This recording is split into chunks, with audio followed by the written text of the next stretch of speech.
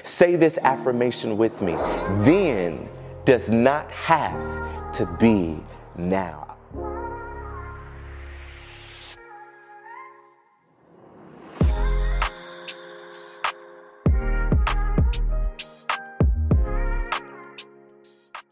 And always remember that the healed you is the best you.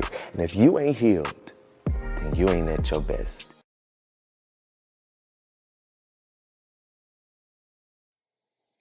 Hey guys, you're tuning in to BYC Ted Talk. We are finally here and we are so excited.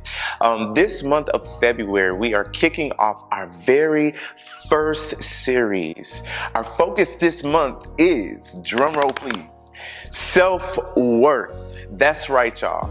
In the month set aside for all of the love and the affection and all of the mushy stuff, what better convo is there to have than how we can become aware or become more aware of our own self-worth? So let's get into it. Why wait any longer? Self-worth, by definition, is having the internal sense of being good enough or worthy of love. Self-worth is oftentimes correlated or paralleled with self-esteem. We've all heard that word before. Self-esteem, whether you have high self-esteem or you have low self-esteem. However, self-esteem is believed to be fueled by external factors, right? Such as achievements, such as successes, such as goals that have been met, that then define our level of worth for us. I'm worthy because success says I'm worthy, or I'm worthy because of the amount of money that I make, or I'm worthy because of the accomplishment that I just obtained. The danger though, listen to this, the danger of marrying your worth to your accomplishments is in the seasons of your life where the accolades cease, so will your relevance. Sit in that just for a moment. Looking primarily at self-worth, the key word in its definition is internal. Internal. It's about what is on the inside. It's how we gauge our internal metrics that really formulates our perspective of how we view ourselves. Let's keep it real. None of us wake up with warped or dysfunctional perceptions about who we are. Nobody wakes up saying, hey, I just don't like myself, or I just don't care about myself. It's a journey. It's a path that takes you to get to that mindset, how we look at ourselves or what we have to offer. But it's our ability or lack thereof to manage our inward awareness that over time gradually changes our outlook, or in this case, our in-look, what we look like within. Something that I learned while dealing with trauma is mastering the art of changing the narrative. Truth is, no matter how much we wish that we could, we can't go back and change the events that have occurred in our lives. However, we can change the outcome of the effect.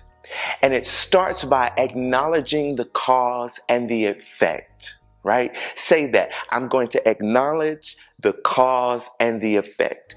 Every action warrants a reaction, whether it's positive or whether it's negative. You say, this happened and this is how it made me feel.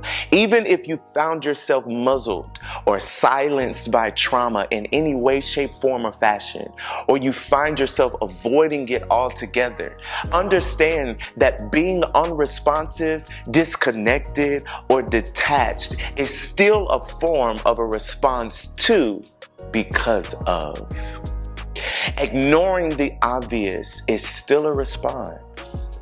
And sometimes we don't always recognize that because we think, oh, well, because I haven't said anything or because I haven't blatantly did anything, I didn't respond. That's not necessarily true. Even if you're ignoring it, even if you're avoiding it, that is still a form of a response.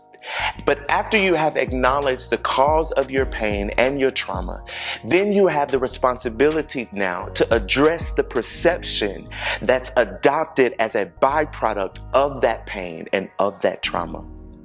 You must challenge yourself and rise to the occasion to make intentional efforts to retrain your mind from "it happened to me" to "it happened for me."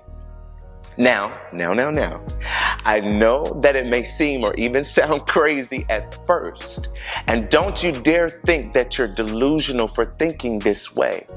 But you're not telling, the reason why, listen to this, you're not telling yourself that it didn't happen at all or that it's your fault. Rather, what you're doing is you're retraining your mind's way of thinking from the perspective of a victim. Right? What you do is you take the power back from what has tried to claim your worth. But check this. Before we go any further, what I want to do is establish some facts. I want to present to you some facts of research so that you have a better understanding of how severe this conversation really is on self-worth. Several studies on self-worth have depicted that 85% of adults and adolescents have low self-worth. They have it, y'all. They have low self-worth. Let's pause there for a moment. The studies don't say necessarily that adults and adolescents struggle with it. Because we have to understand what a struggle is. A struggle, or when I'm in a struggle with something, implies that there is still some effort or there's still some fight or resistance to get free, right? Or to get free of whatever is confining me or restraining me. And that, with that being said, a struggle without resistance or some type of fight or some type of effort to get free is a choice. So what these statistics let us know is that 85% of people, of adolescents and adults, have made a choice, or they have agreed with the fact that their worth is low. A few examples of how this can happen, though, is if it's self-inflicted, if it's imposed on you from childhood, or maybe low self-worth was projected on you relationally by way of a relationship, whether it was platonic or romantic.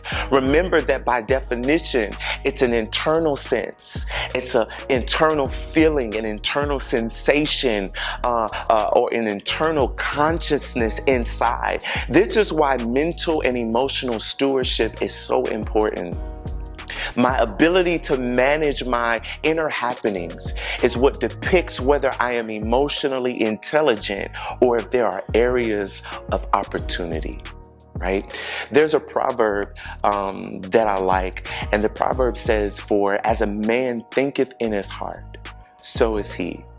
What this proverb is saying is what I perceive myself to be is who I am. Sometimes we have a hard time becoming who we are meant to be because we're still holding on to who we were. But why do we do this? Sometimes the reason that we do this is because that's where the perception of you resides, in your past tense, in what was or in what used to be. But as soon as you perceive in your heart or in the depth of who you are that you are worth the future, you are worth living to see better, you are worth more than what society, your friends, your job, or any of your family or anyone around you says, that's when you will begin to attract the caliber of people, places, and things that belong to those that know their worth. A lot of times the reason why we end up attracting nothing or less than or mediocre is because it matches what our internal sense says that we deserve. But that's not necessarily true. But when you do the work to elevate to a healthier you, watch this, from the inside first, then the outside will follow. But let's keep it real. This all may sound good, right? And you may be saying, Antoine, how do I manage this internal sense that you're talking about that measures how I perceive my worth? Here's how. It's not always easy to decipher through what you're in the thick of. First, understand that, realize that. It's not always going to be easy for you to sort through something when you're right there in the middle of it, but you do it by simply acknowledging and processing. Don't be afraid to identify the hard stuff, but understand that you can't overcome what you're not willing to face. I'm going to say that again. You cannot overcome what you are afraid or fearful of facing, but a fear faced is a fear overcame. Understand this, that you can't heal the wound if you fail to identify the wound, people. For some of you, your lack of worth may have been projected on you, as I said before, whether by trauma or by labels or by misfortune or by your environments in your childhood or a relationship. Understand that projection is something that individuals use to protect themselves from being seen for who they really are or what they really may be dealing with. It's a coping mechanism, right? Say it with me. Projection is not protection. Say it again. Projection is not protection. It may be momentarily satisfying to get the monkey off of your back, right? But like a bad habit, it always comes back until it's broken. But you have to make it up in your mind that I will deal to heal. I'm going to deal to heal. I was one who had issues with my worth because of situations that happened in my life outside of my control. It's easy to blame them. It's easy to blame it. It's easy to blame a place for what may have happened to you. But understand that the blame game is the defense mechanism of the victim, but responsibility is the liberation of the victor. I'm going to say that again. If you choose to stay a victim, the only weapon you'll have is blaming a person, a place, a thing for your misfortune. But if you take responsibility for how the pain will turn around and serve you, that's the liberation of someone who is choosing to walk as a victor and not a victim. As a victor, you are liberated by taking responsibility, not necessarily for the trauma itself, but for how you will take back the power and use it to then boost your worth. I leave you with this affirmation. I am worthy. What are you worthy of? You are worthy of love.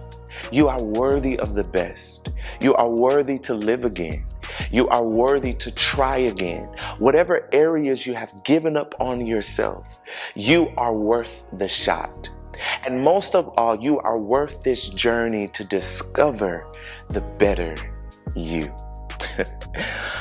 Unfortunately, that's all the time that we have in this particular segment, but join us next week as we dive deeper into self-worth. I am your inspirational coach, the one and the only. Thank you so much for tuning in to this BYC Ted Talk, and I hope you have been inspired to inspire someone else. Always remember that the healed you is the best you, and that if you ain't healed, you ain't at your best. Until next time, peace.